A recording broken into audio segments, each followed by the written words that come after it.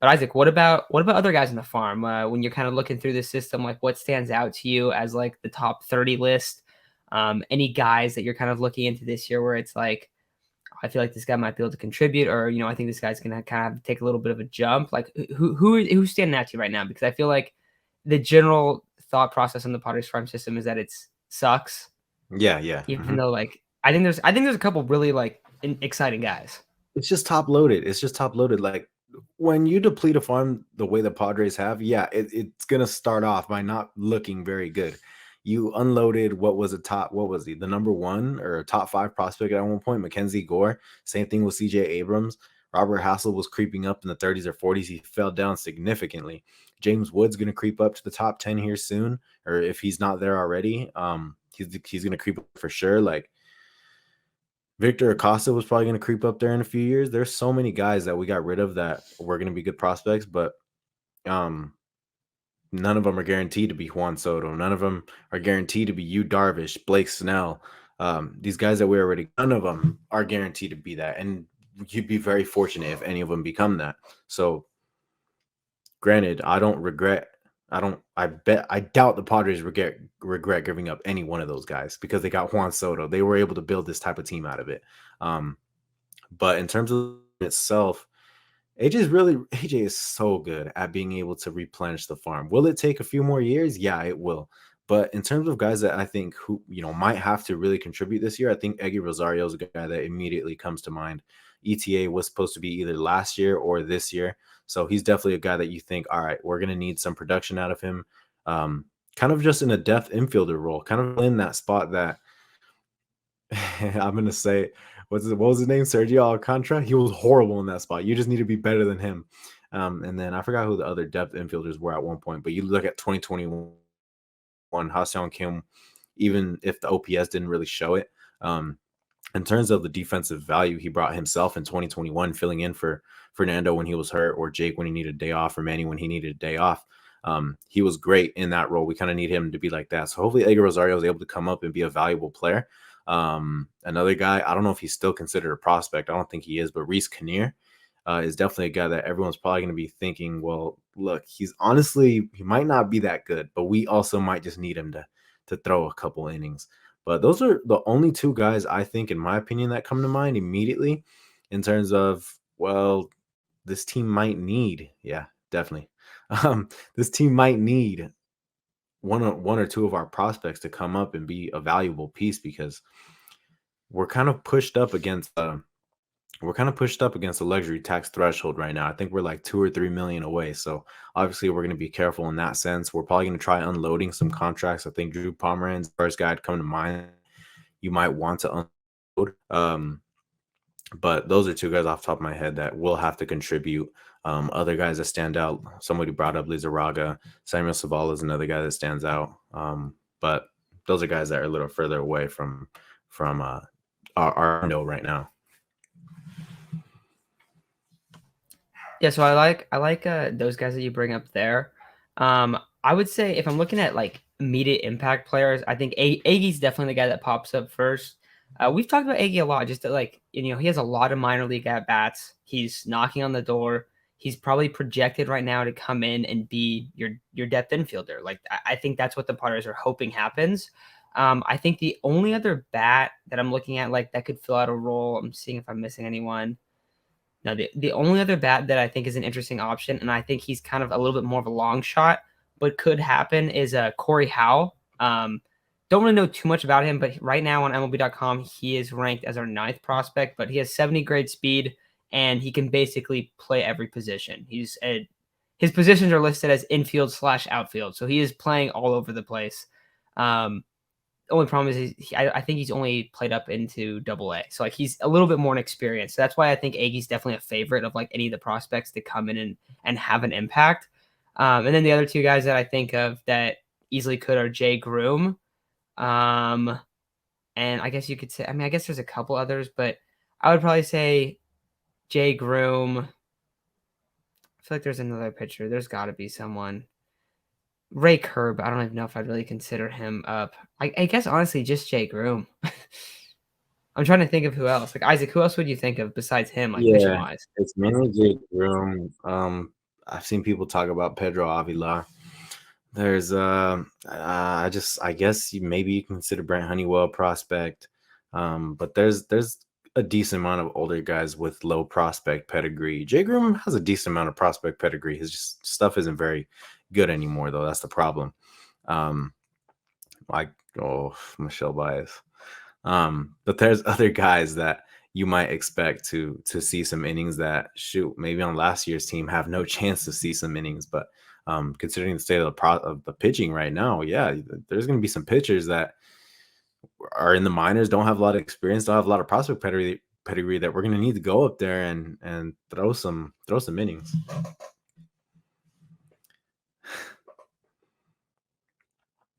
I'm looking into what Jay Groom throws right now. I don't know too much about him. So apparently he has his fastball is only like 89, 92, so pretty low fastball. His fastball is not like super special. But I think people like his slider, mid to high 80s, changeup, right? 80s, curveball 80s. But his grades are he has a 55 curveball, changeup, 50 fastball. He's gonna have to win a job in spring if he's gonna be starting his year in the MLB. Don't you think? Mm-hmm. Like, I feel like he's one of those like kind of guys that I don't know. So I feel like I guess honestly, like if we're being real, like it's basically Jay Groom's gonna have a shot, Eggy's gonna have a shot to make the roster and be a depth piece, and that's probably it. Yeah.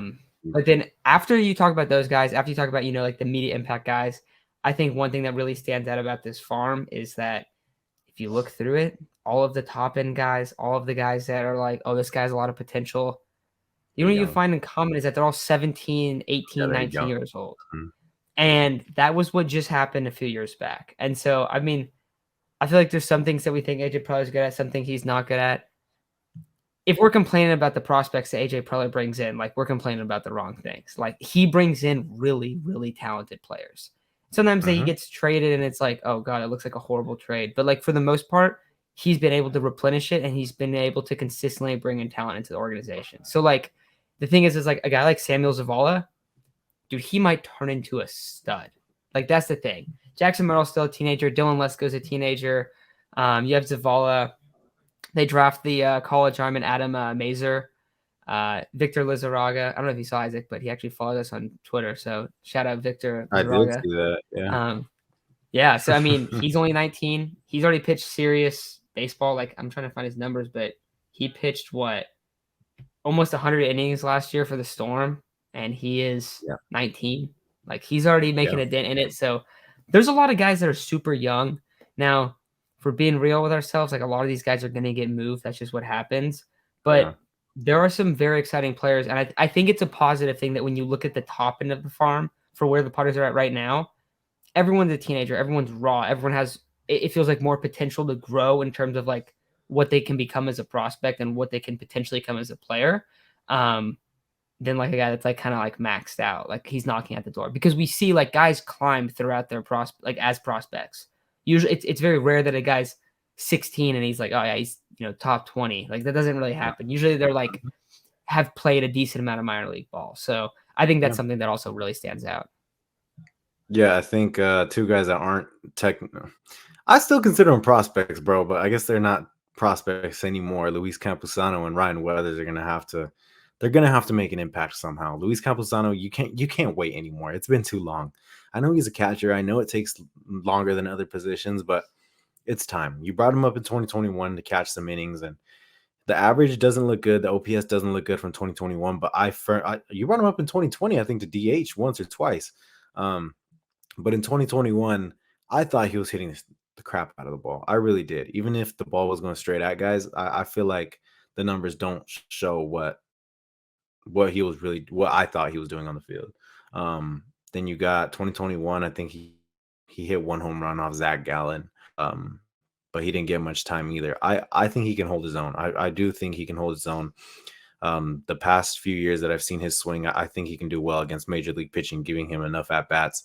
The biggest question has been, how would he be behind the plate?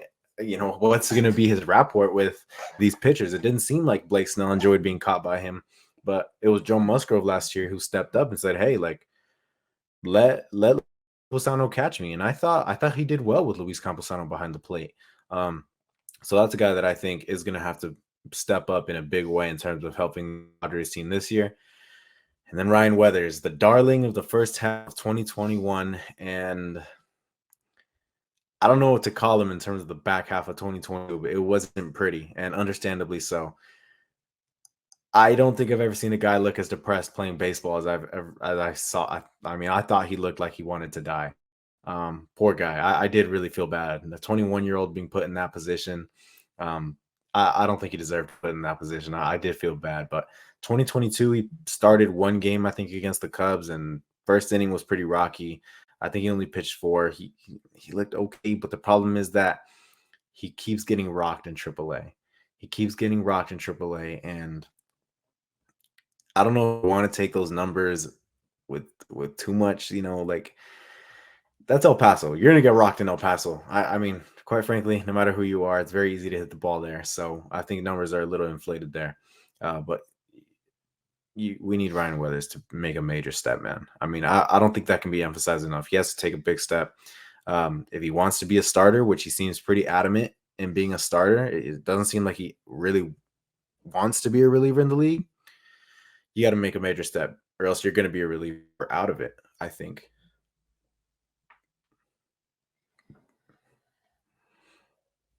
Yeah, I mean, I think that his start against the Cubs, I think it was the second inning, I want to say, was legitimately one of the worst innings I've ever seen Yeah, from a that pitcher. was one of those innings that was really bad.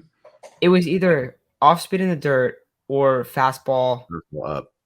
low velo, right down the middle, like right down the middle every single time. It was bad, and it was just like they had like a couple plays, but like he was just allowing hit after hit after hit, or walking guys. It was rough.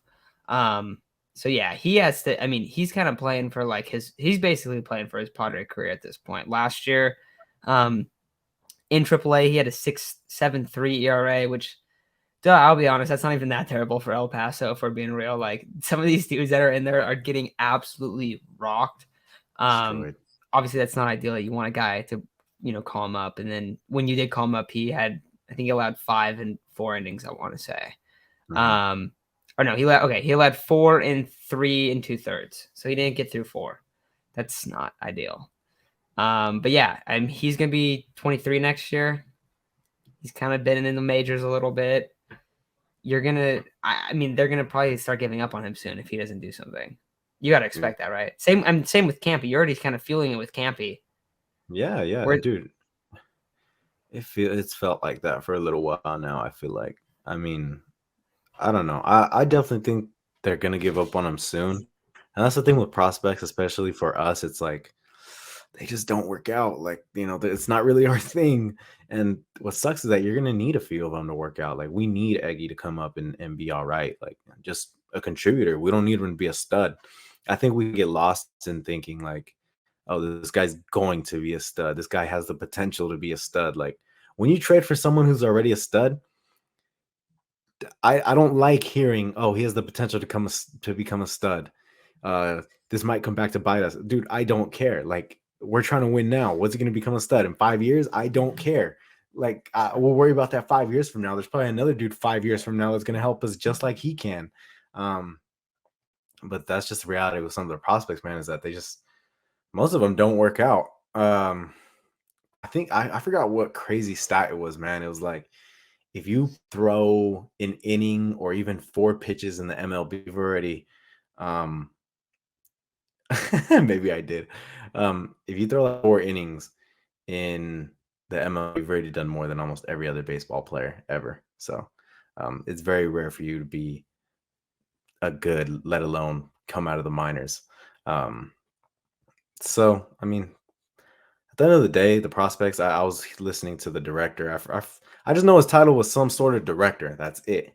I don't know what else. It might have been director of player development. I think his name was like Riley Westman or something like that. I was listening to him on Ben and Woods, and he was saying like they treat the prospects very well. Like the prospects love being Padres. He doesn't think. I don't think he said anything about development in general, but he gets just as happy seeing the prospects get traded for someone like you, Darvish or Blake or anything like that, as he does seeing any of the prospects succeed. So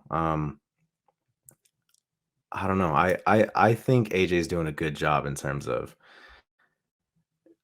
I don't think any of those guys would have left if Juan Soto wasn't on the market. So we probably still would have had him. When one of those guys comes around, any of that stuff of he could potentially be a really good player, something like that, flies out the window. Yeah, I think it's interesting because like I feel like Chase is a little bit more of a prospect hugger than you. Not even that he really likes to, but like he's very adamant that he's like, dude, we got to start rebuilding I this farm. Yeah, I'm far, far, far from a prospect hugger. Yeah. Also, see this comment from Gil right here. Lizarraga had 2 outstanding postseason starts. He and Duncan Snyder, 24 years old, signed from Independent Ball, balled out in the playoffs. Duncan is another 6'7" pitcher.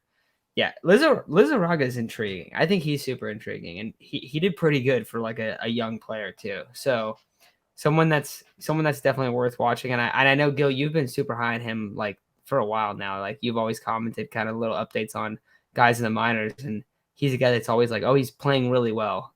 Or at least all throughout last season, he was playing really well. So definitely someone to monitor too, because that's what I'm saying, dude. Like so many of these guys, like we don't know where they're gonna kind of go. But it's so up and down with a lot of guys, so it's interesting. But Yeah. I don't know. Any other questions from the chat here? I feel like that's kind of all we got on the system right now. Before the season starts, we are definitely going to be doing our top 30 list. We've done it the last 2 years. Pretty fun to do. We'll talk about like the most impactful guys, like we did a little bit today, but kind of give like a spring training kind of intro into all the guys that are going to be playing in spring and stuff like that. So we'll get into a little bit more when spring starts, just because like you can actually watch a lot of these guys, so it's pretty exciting, especially like I'd expect that like Merrill will be in spring ball. I expect a lot of these guys that are higher up will actually play in spring.